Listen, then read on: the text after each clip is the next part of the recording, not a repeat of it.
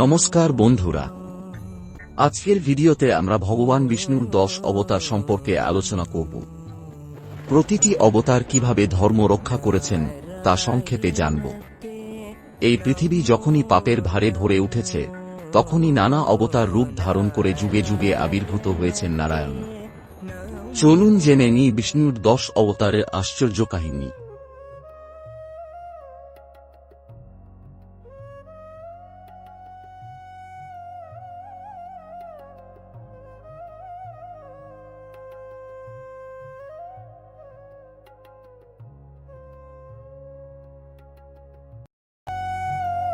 বিষ্ণুর 10 অবতারের প্রথম অবতার হলেন মৎস্য অবতার।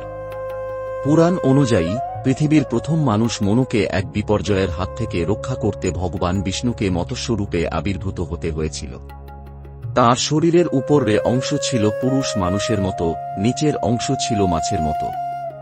তারপর তিনি দানব হায়াগ্রীভের কাছ থেকে চতুর্বেদকে উদ্ধার করে এই জগতকে রক্ষা করেন।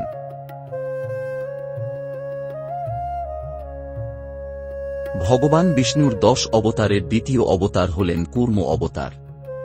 সত্যযুগে এই অবতার রূপে আবির্ভূত হয়েছিলেন সমুদ্র মন্থনের সময়। মন্থনকালে মন্দার পর্বত সমুদ্রের নিচে ডুবে যাচ্ছিল।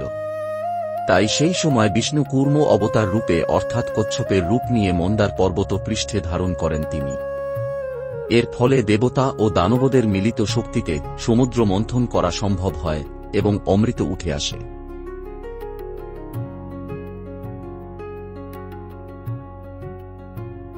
বিষ্ণুর তৃতীয় অবতার হলেন বরাহ। ভগবান বরাহ অবতার নিয়ে সত্যযুগে আবির্ভূত হয়েছিলেন। পুরাণ অনুযায়ী পৃথিবীকে হিরণ্যাক্ষ নামের এক মহাশক্তিশালী অসুরের হাত থেকে রক্ষা করতেই তাঁর মর্তে আসা। হিরণ্যাক্ষ পৃথিবীকে মহাজাগতিক সমুদ্রের নিচে লুকিয়ে রেখেছিলেন। হাজার বছর ধরে যুদ্ধের পর হিরণ্যাক্ষকে বধ করে পৃথিবীকে উদ্ধার করেন বরাহরূপী বিষ্ণু।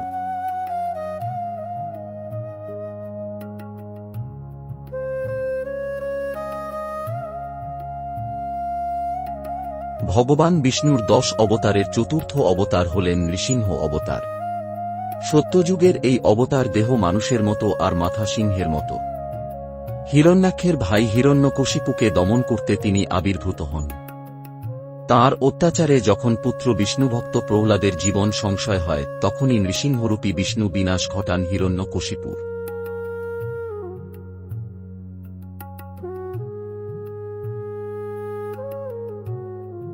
ভগবান বিষ্ণুর 10 অবতারের পঞ্চম অবতার হলেন বামন অবতার।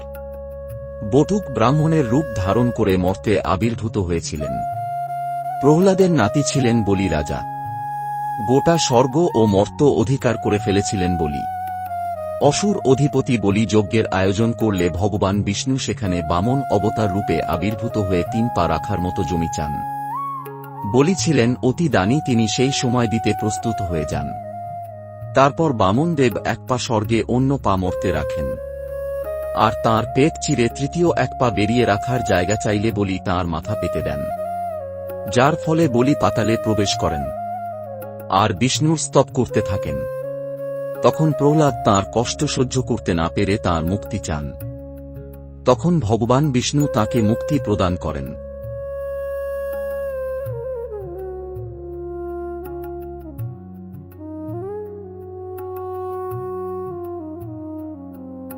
ভগবান বিষ্ণুর ষষ্ঠ অবতার হলেন পরশুরাম।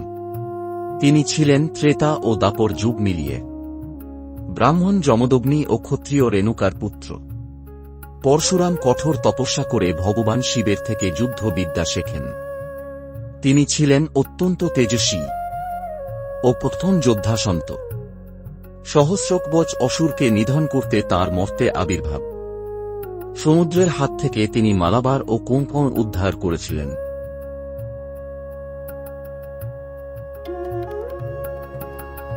ভগবান বিষ্ণুর সপ্তম অবতার ছিলেন শ্রীরামচন্দ্র। ত্রেতাযুগে তিনি অবতীর্ণ হয়েছিলেন। অযোধ্যার রাজা দশরথ ও রানী কৌশল্যার পুত্র ছিলেন তিনি। লঙ্কাধিপতি রাবণের অত্যাচার থেকে ধরিত্রীকে রক্ষা করতে তিনি অবতার গ্রহণ করেছিলেন। রাবণকে বধ করে তিনি সীতা উদ্ধার করে রামরাজত্ব প্রতিষ্ঠা করেছিলেন। ভগবান বিষ্ণুর অষ্টম অবতার ছিলেন শ্রীকৃষ্ণ। দাপর যুগে অন্যায়, অধর্মের হাত থেকে মানুষকে রক্ষা করতে শ্রীকৃষ্ণের আবির্ভাব। তিনি ছিলেন সম্পূর্ণ অবতার। আবার তাকে পূর্ণ অবতারী অর্থাৎ বিষ্ণুর পূর্ণরূপ বলে মনে করা হয়, যিনি বসুদেব ও দেবকীর অষ্টম সন্তান হিসেবে জন্মগ্রহণ করেছিলেন এবং তার জন্মের পর কংসের হাত থেকে বাঁচাতে তাঁকে গোকুলে নন্দ মহারাজ ও যশোদার কাছে রেখে এসেছিলেন। কুরুক্ষেত্রের পাণ্ডব ও কৌরবদের যুদ্ধে অধর্মের বিনাশ ঘটিয়ে ধর্মকে পুনঃপ্রতিষ্ঠা করেছিলেন তিনি।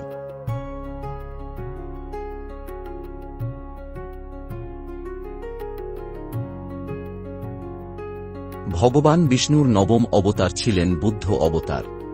মানুষের মাঝ থেকে হিংসা, নীচতা দূর করতে শ্রীবিষ্ণু রাজা শুদ্ধোদনের পুত্ররূপে জন্মগ্রহণ করেন। তার নাম রাখা হয় গৌতম। পরে তিনি বাইধি অর্থাৎ বিশেষ জ্ঞান লাভ করে গৌতম বুদ্ধ নামে পরিচিত হন। তিনি অহিংসার বাণী প্রচার করে মানুষকে শান্তির পথ দেখান।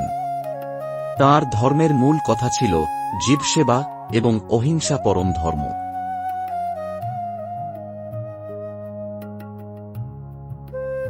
ভগবান বিষ্ণুর দশম অবতার হলেন কল্কি অবতার। কলি যুগের শেষে তাঁর আবির্ভাব হবে বলে মনে করা হয়। পুরাণ মতে সাদা ঘোড়ায় তলোয়ার হাতে তিনি আবির্ভূত হবেন। কলিযুগের অবসান ঘটিয়ে সমস্ত পাপের মুক্তি ঘটিয়ে তিনি পুনরায় সত্যযুগের সূচনা করবেন।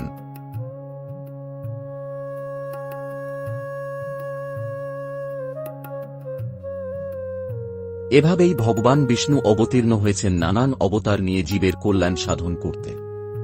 ভগবান বলেছেন, যখনই পৃথিবীতে ধর্মের অধঃপতন এবং অধর্মের বৃদ্ধি ঘটে, তখনই আমি নিজেকে প্রকাশ করি সাধুদের রক্ষা করতে, দুষ্টদের বিনাশ করতে এবং ধর্মকে পুনঃপ্রতিষ্ঠা করতে যুগে যুগে জন্মগ্রহণ করি।